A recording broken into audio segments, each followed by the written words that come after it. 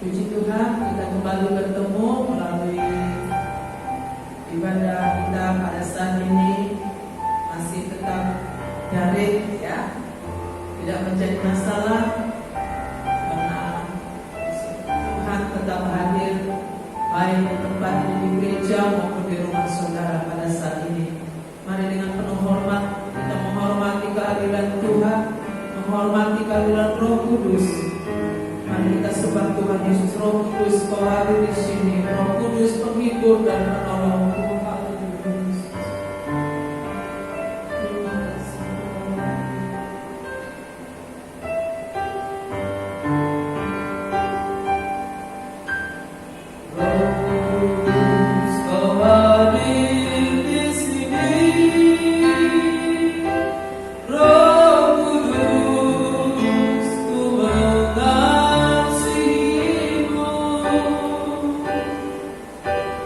Oh,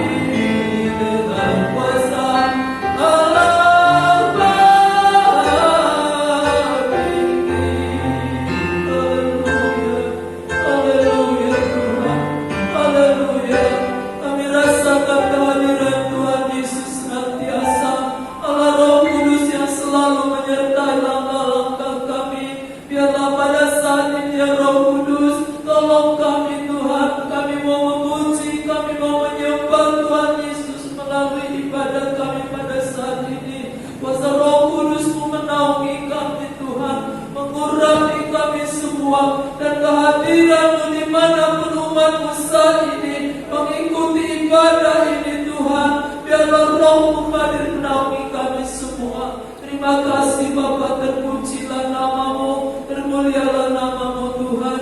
Memimpin kami hamba-Mu juga ya Allahku. Terima kasih dalam nama Tuhan Yesus Kristus, dan ucap syukur dan berdoa. Haleluya. Amin. Puji Tuhan Bapak Ibu, Tuhan Yesus hadir di tengah-tengah kita. Amin. Biarlah di tengah-tengah keadaan seperti ini, di saat-saat yang sukar ini, kita tetap mengarahkan mata rohani kita kepada Tuhan, dan kita percaya Tuhan Yesus, sukacita dari surga itulah kekuatan kita menghadapi kehidupan ini. Terima sukacita dari surga. Haleluya. Amin.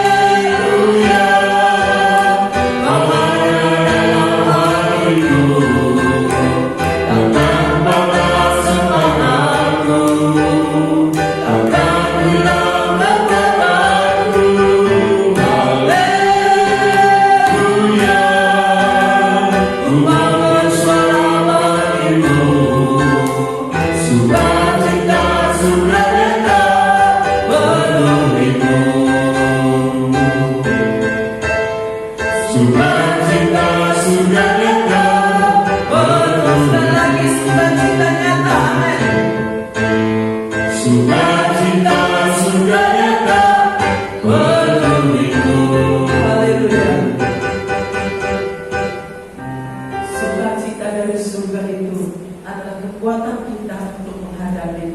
ini. Amin. Puji nama Tuhan. Mari siapkan hati untuk kebenaran firman Tuhan. Aku datang dan bersujud. Firman Tuhan itu menolong. Firman itu kekuatan, menegakkan kita di saat-saat kita mengalami badai dalam kehidupan kita. Aku datang dan bersujud menghadap tahta kehadiran Tuhan.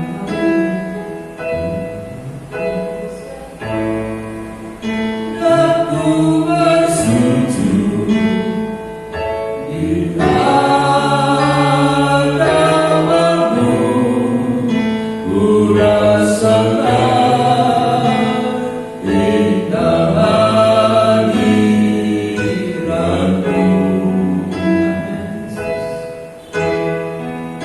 Aku buka mata hatiku dan seluruh jiwaku untukmu nikmati firman-Mu.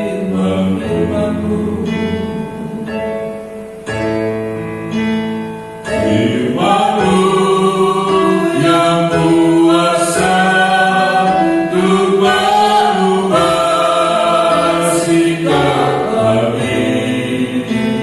Firman-Mu yang tegakkan di saat ku terjatuh. Pelukkanlah bencanaku dengan air surat-Mu. Ku haus akan firman-Mu. Datang dan bersujud di hadapan Tuhan. Aku datang dan ku bersujud di hadapan-Mu. Ku rasakan indah hadirat-Mu.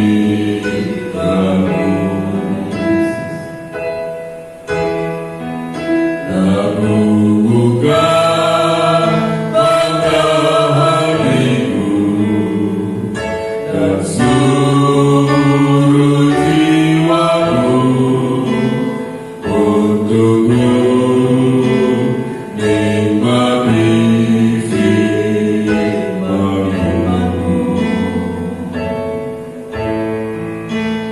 Firman-Mu yang kuasa untuk mengubah sikap hati.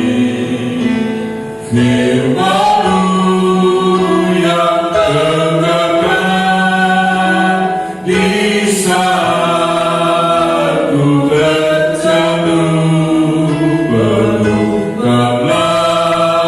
bencanaku dengan air surat-Mu. Ku haus akan firman-Mu yang kuasa. Firman-Mu yang kuasa untuk mengubah sikap hati. Firman-Mu yang tegakkan di saat ku terjatuh. Pelukkanlah bencanaku dengan air surat-Mu. Ku haus akan firman-Mu yang kuasa.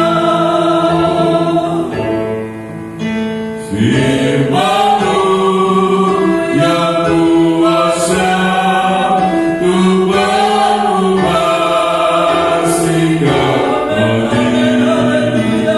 Firman-Mu yang tegakkan di saat ku terjatuh.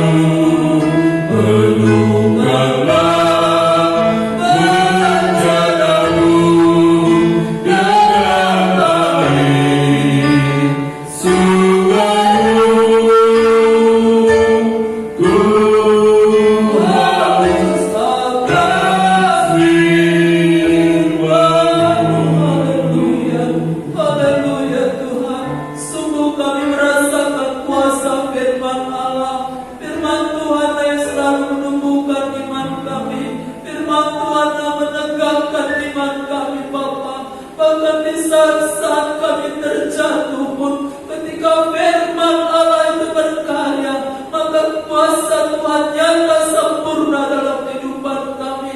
Roh Kudus, tolong saat ini Bapa, kami ingin mendengarkan firman-Mu, dan kami percaya ada kuasa dalam firman-Mu untuk menolong kehidupan kami semua, menjadikan kami menjadi terang, menjadi saksi-Mu Tuhan. Terima kasih Roh Kudus, berkati hamba-Mu, berkati umat-umat-Mu dimanapun mendengarkan firman-Mu.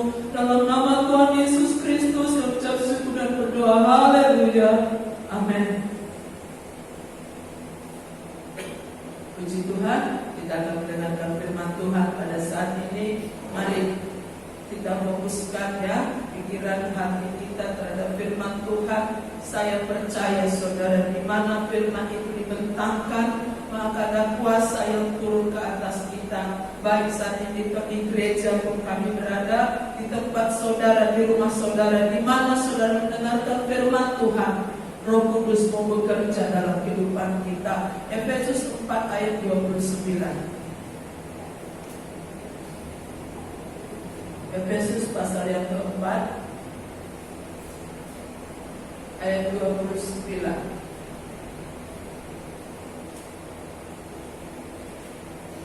Puji Tuhan. Kita akan baca Efesus pasal 4 ayat 29. Saya akan bacakan. Bapak Ibu perhatikan dengan baik Alkitabnya. Efesus pasal 4 ayat 29. Janganlah ada perkataan kotor keluar dari mulutmu, tetapi pakailah perkataan yang baik untuk membangun di mana perlu, supaya mereka yang mendengarnya beroleh kasih karunia. Puji Tuhan. Ayat yang kita baca ini mengatakan, biarlah hendaknya perkataan yang keluar dari mulut kita adalah perkataan yang membangun. Pada hari-hari ini saudara, sangatlah penting ya selalu sangat penting. Khususnya di saat-saat ini adalah sangat penting kata-kata kita.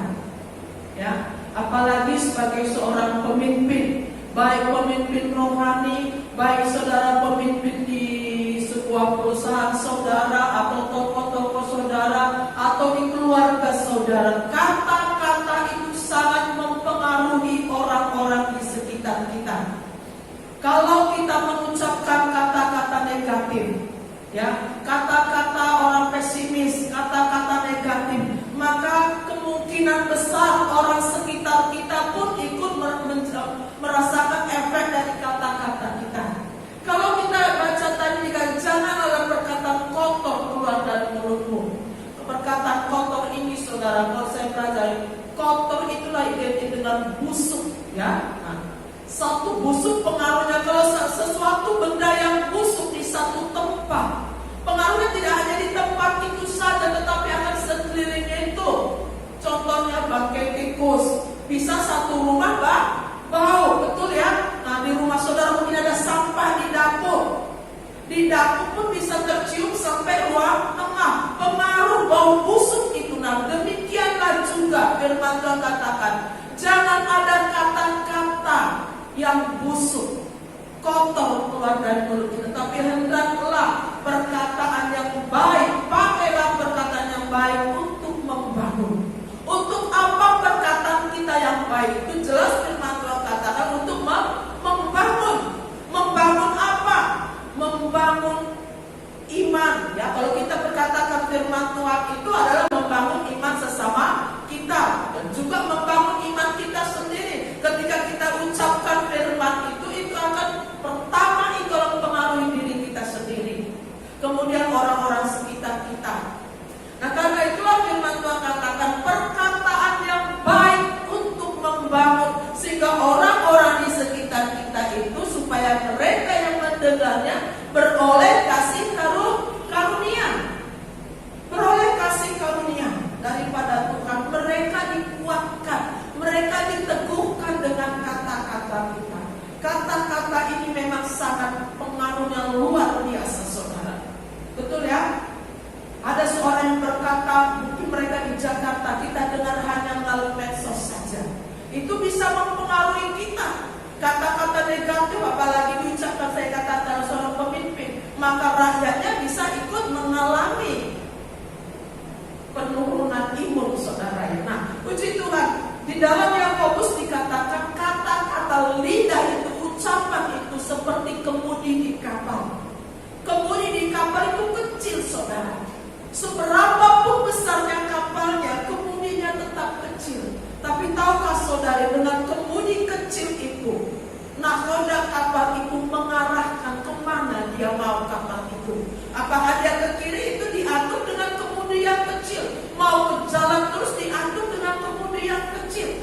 Dan demikian juga firman Tuhan Yakobus berkata, ucapan itu atau lidah itu juga seperti api. Api, saudara tahu ya, hanya korek yang kecil, korek satu kecil sekali, saudara. Tapi dia bisa membakar hutan, membakar kota, membuat banyak kebakaran, kerugian yang besar.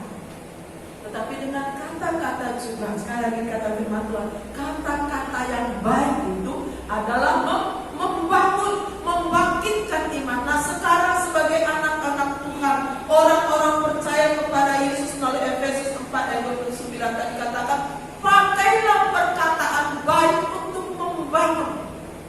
Sebagai anak-anak Tuhan, mari kita semuanya ya, baik saudara di mana pun ada di keluargamu ataukah di lingkunganmu, tempat engkau bekerja, mari gunakan kata-kata kita berbicara dengan baik, membangun iman orang. Jangan orang lain sudah jatuh, kita kata-kata yang lagi dengan kata-kata jelek, kata-kata negatif, orang akan semakin jatuh lagi. Orang itu sudah mau bangun, tapi karena kata-kata kita, orang itu semakin ambruk lagi.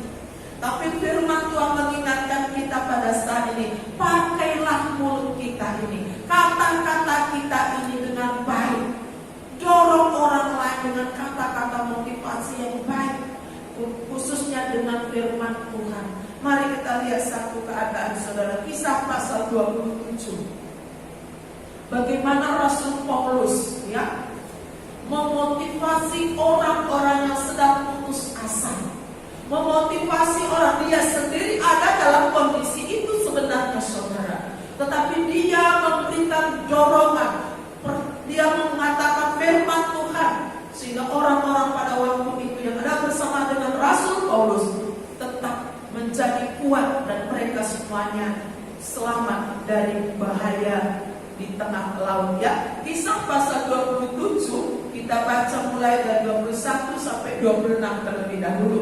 Dan karena mereka beberapa lamanya tidak makan, berdirilah Paulus di tengah-tengah mereka dan berkata, saudara-saudara, jika sekiranya nasihatku dituruti supaya kita jangan berlayar dari kereta, kita pasti terpelihara dari kesukaran dan kerugian ini. Tetapi sekarang juga dalam kesukaran ini aku menasihatkan kamu supaya kamu tetap bertabah hati, sebab tidak seorang pun di antara kamu yang akan binasa kecuali kapal ini. Karena tadi malam seorang malaikat dari Allah, yaitu dari Allah yang aku sembah sebagai miliknya, berdiri di sisiku, dan dia berkata, jangan takut Paulus, engkau harus menghadap Kaisar, dan sesungguhnya oleh karunia Allah maka semua orang yang ada bersama-sama dengan engkau di kapal ini akan selamat karena engkau.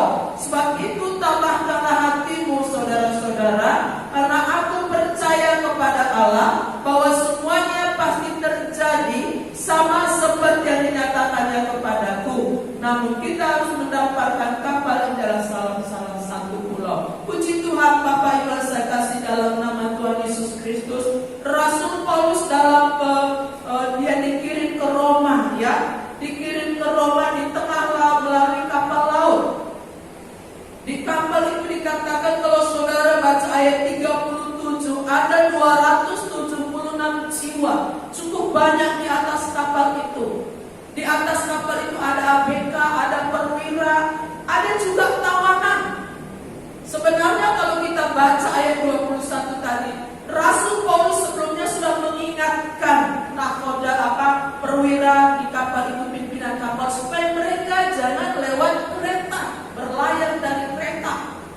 Tapi karena pimpinan kapal itu lebih mempercayai perkataan nahkoda juru mudinya, mereka tetap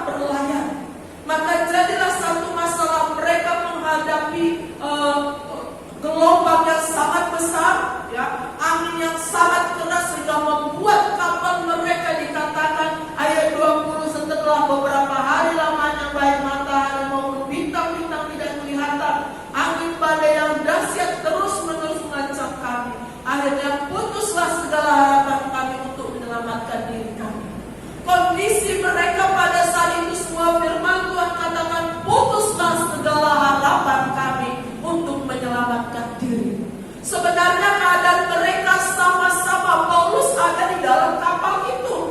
Semua orang yang ada di kapal itu dikatakan putuslah segala harapan kami. Mereka di dalam keadaan ketakutan.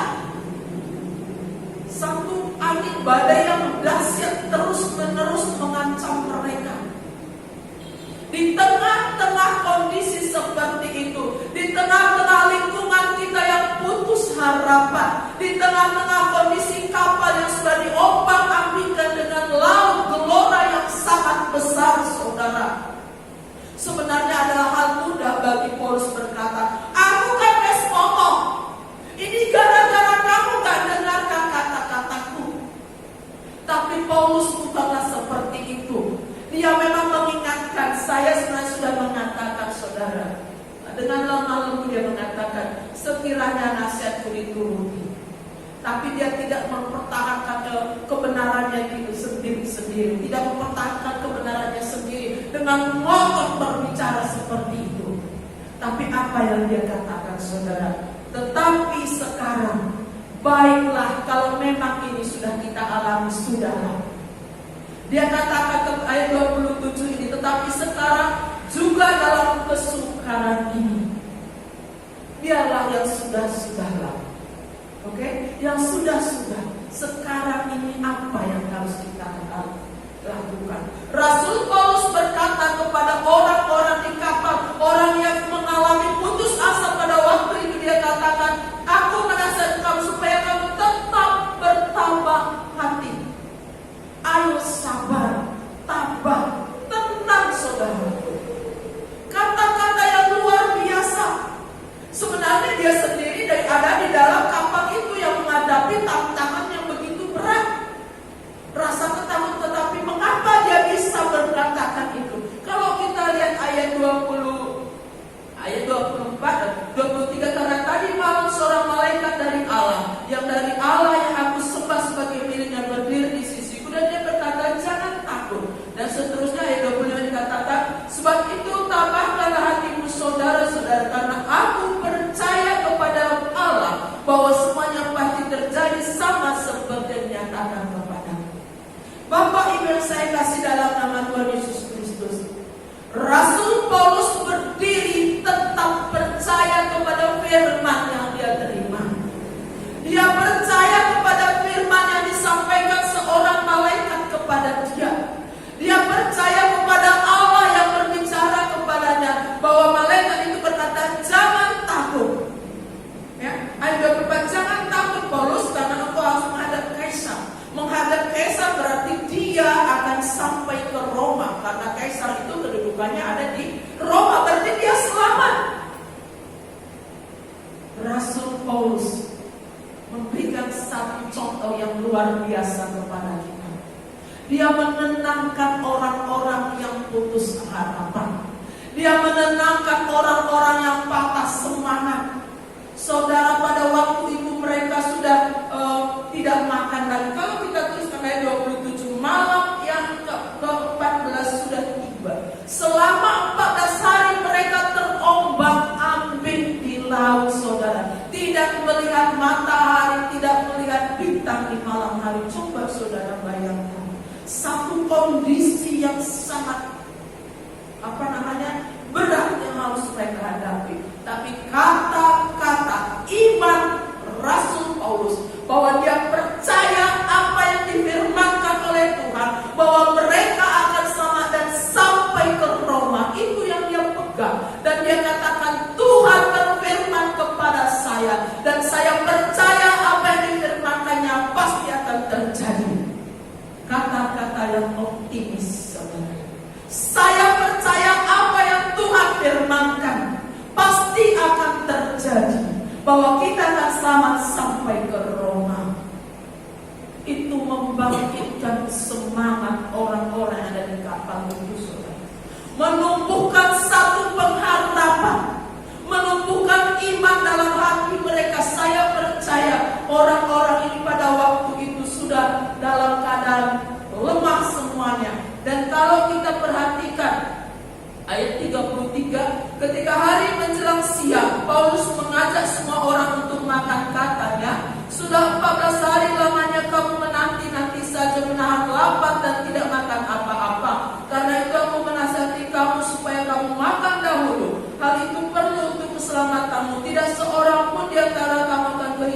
sehelai pun dari rambut kepalanya. Sesudah berkata demikian, dia mengambil roti, mengucap syukur kepada Allah di hadapan semua mereka, memecah-mecahkannya lalu mulai makan. Perhatikan ayat 36. Maka kuatlah hati semua orang itu, dan mereka pun makan juga.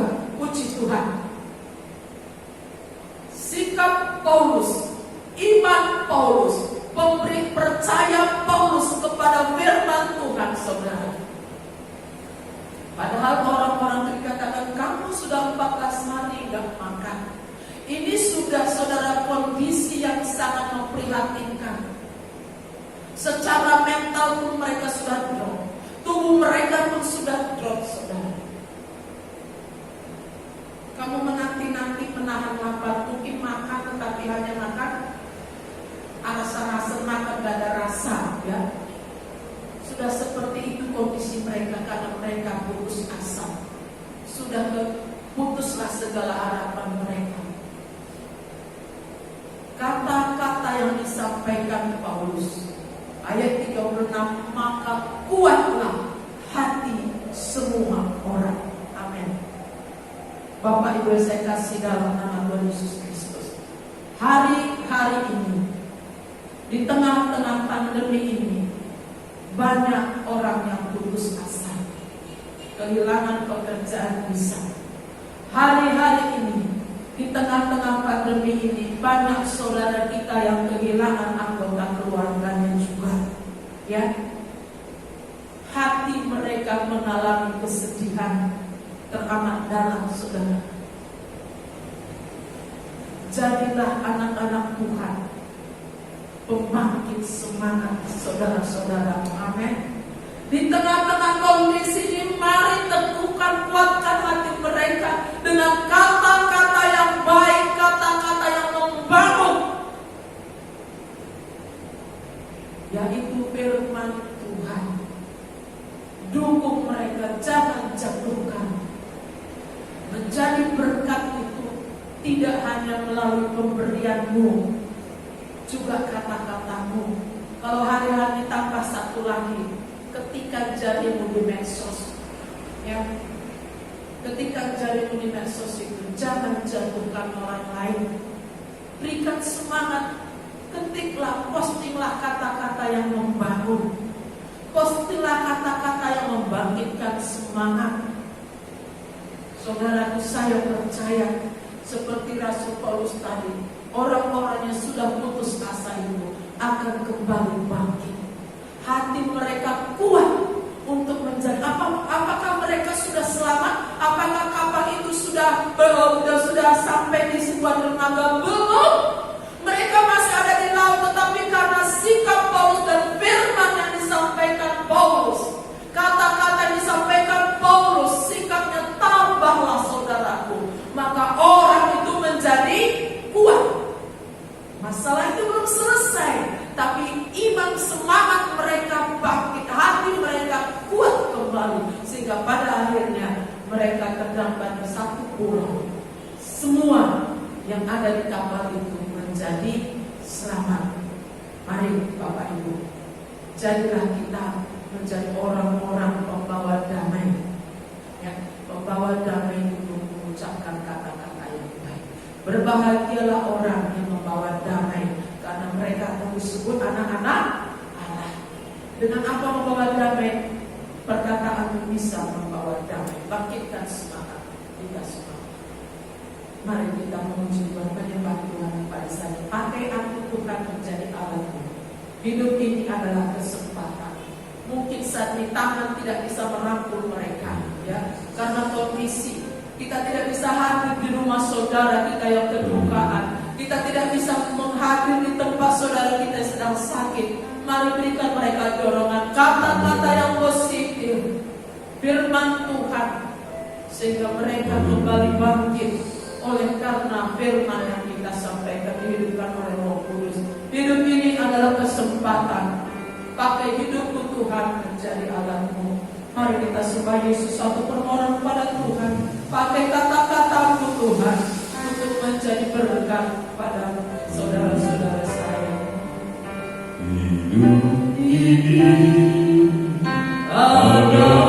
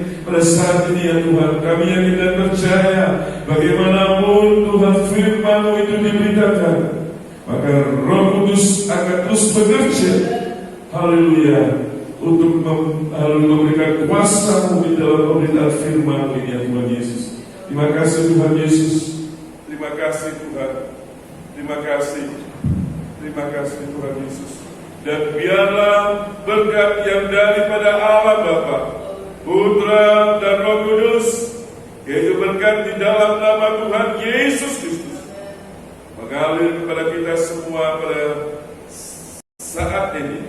Tuhan Yesus yang memberkati, melindungi dan menyertai kita. Tuhan Yesus yang haleluya menyinari kita dengan wajah-Nya, memberikan kasih karunia-Nya, menghadapkan wajah-Nya kepada kita semua, serta memberikan damai sejahtera-Nya bagi kita semua. Berkat ini boleh kami terima di dalam nama Tuhan Yesus Kristus, yang menjadi Allah dan Juru Selamat kami. Haleluya.